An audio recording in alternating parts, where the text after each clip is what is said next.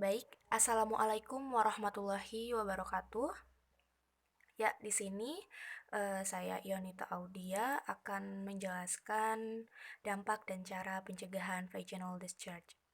Oke, langsung aja.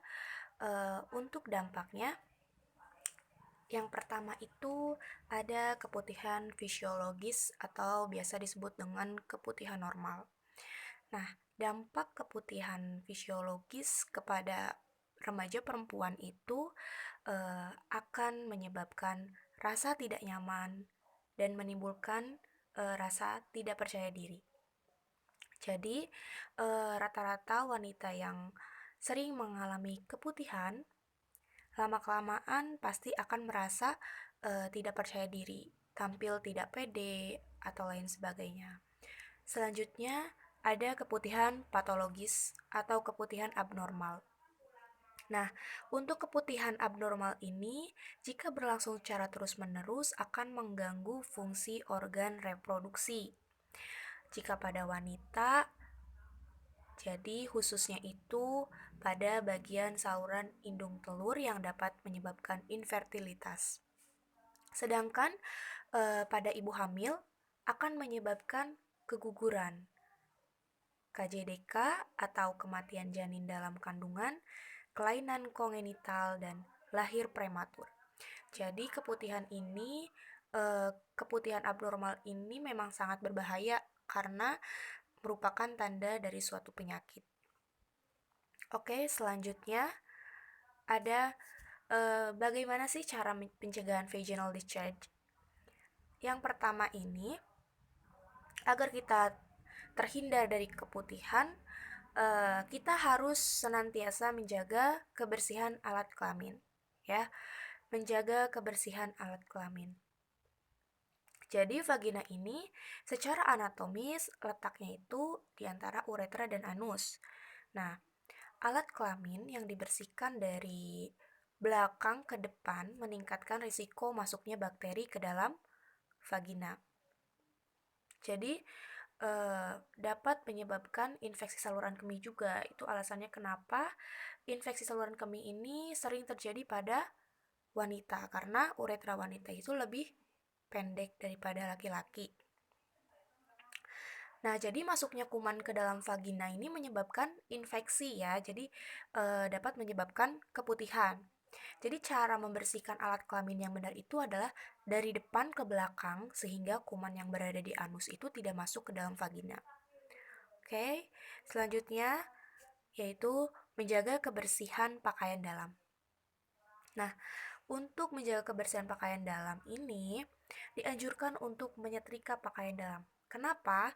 Karena bakteri, jamur, dan parasit ini dapat mati dengan pemanasan. Jadi kalau misalkan pakaian dalam yang tidak disetrika ini dapat menjadi alat perpindahan kuman dari udara ke dalam alat kelamin. Selanjutnya, tidak bertukar handuk ya. Ini adalah masalah yang sering diabaikan ya. Sering diabaikan oleh masyarakat sekitar. Jadi memakai handuk itu satu handuk untuk berapa orang gitu ya. Itu sebenarnya tidak boleh karena handuk ini merupakan media penyebaran bakteri, jamur, dan parasit.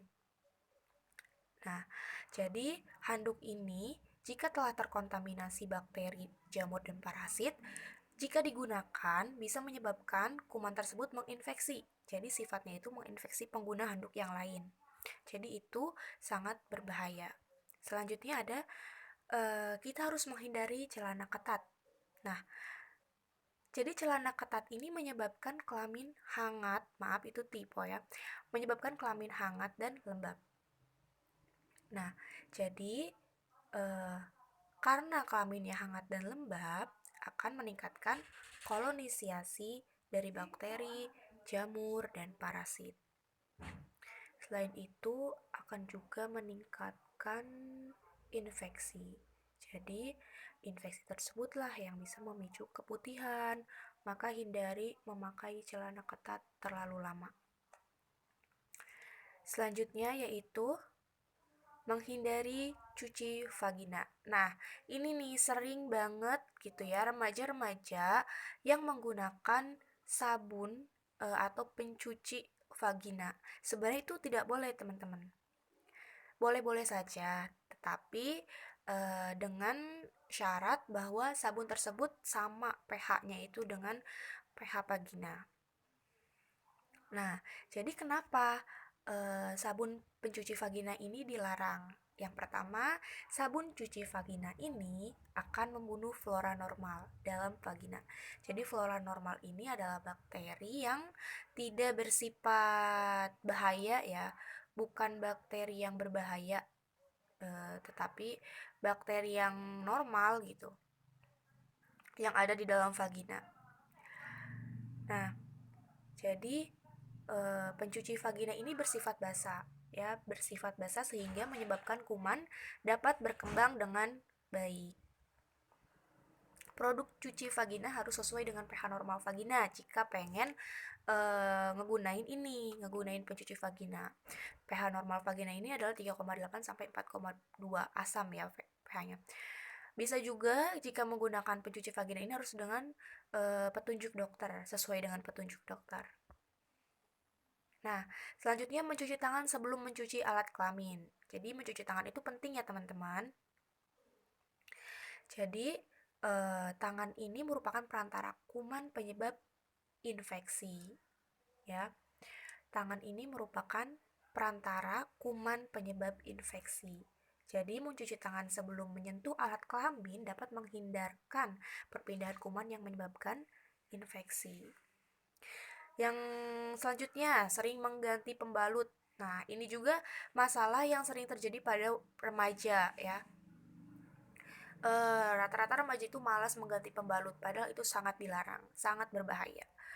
Minimal 3-4 kali itu sehari itu ya dapat menghindari kelembaban. Jadi digantinya pembalut sebanyak 3-4 kali sehari itu menghindari kelembaban.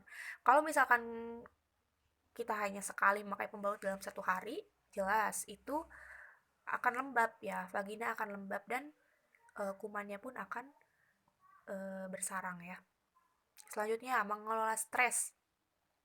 Nah, jadi stres ini merupakan pemicu utama, teman-teman. Pemicu utama keputihan, kelelahan juga itu pemicu utama. Jadi stres ini merupakan hormon manusia ya. Jadi meningkatkan hormon adrenalin. Stres ini meningkatkan hormon adrenalin. Ketika kita stres, maka hormon adrenalin yang ada di dalam diri kita itu akan meningkat. Nah, ketika hormon adrenalin meningkat, maka akan menyebabkan vasokonstriksi atau penyempitan pembuluh darah.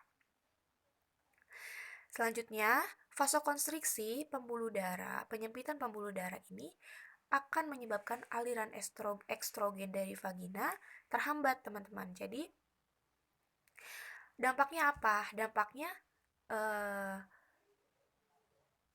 akan menyebabkan keputihan. Tetapi kalau misalkan kita menghindari stres, dapat mengurangi keputihan. Jadi, kita harus pandai memanajemen stres agar terhindar dari keputihan dan penyakit-penyakit lainnya. Oke. Ini merupakan referensi yang saya gunakan. Bisa di-download atau dipelajari. Terima kasih. Mohon maaf jika ada kesalahan. Semoga bermanfaat. Selamat belajar. Wassalamualaikum warahmatullahi wabarakatuh.